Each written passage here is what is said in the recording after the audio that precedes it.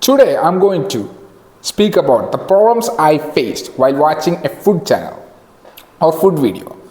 The main problem of a food video is that it only tells about the outward appearance of the food, the beauty of the food, looks of the food. Like when you see a food video, you'll see a food influencer talking about a food, and he tastes the food and tells the taste of the food according to his experience of what the food tastes. And he'll use words like it's salty, sugary, or even use words like spicy. And some food influencers use words like umami. The people who use words like umami are rare. I haven't seen much. Like, if you're going to watch a food channel, it's okay if it's for entertainment. But if you're taking a food video too seriously, then you're up for trouble because there's nothing new there.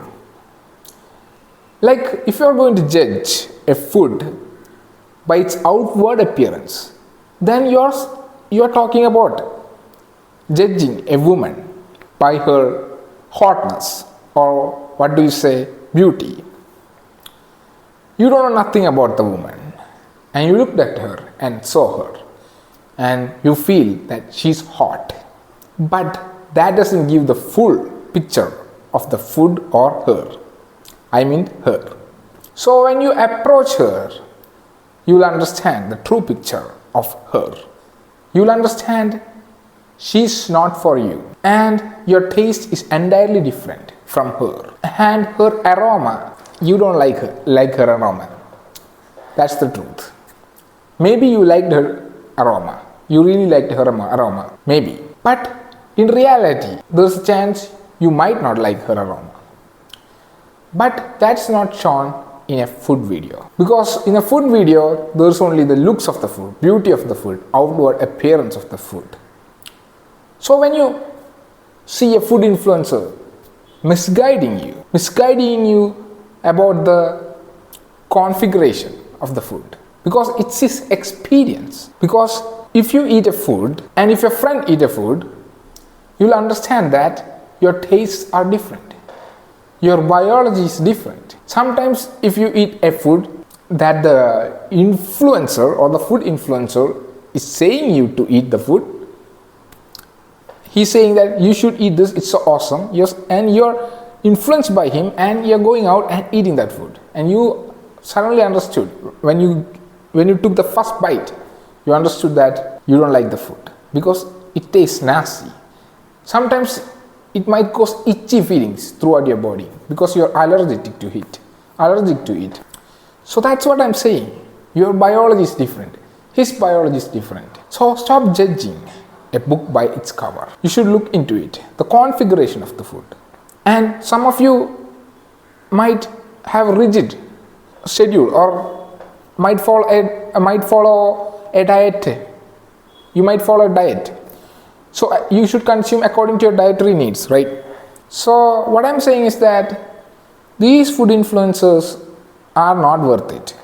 Because are they worth it? Just think about it. Are they worth it? No, they are not. Because they are dumb. And you are very dumb. That's why you don't realize the fact that if you follow a food influencer, if you get influenced by them and you took their advice and went on to eat food, they don't know anything about the configuration of the food other than the experience of eating the food. And you don't know anything about them. So what will happen? You will have health issues and you will have other issues too. Like maybe, I don't know, not health issues, like a health issue is the primary issue. Yeah, you might have health issues. So the thing about any food video is that not all food videos, there is how to make food videos. That's really good. I'm not talking about them. I'm talking about the food videos where the influencer showcases to you the food and tastes it and tells about their experience about tasting the food. That's what I'm saying. So what I'm saying is that you don't know anything about them and the food they eat. So you should take precautions or you will have a miserable life. That's what I'm saying. That's only what I'm saying.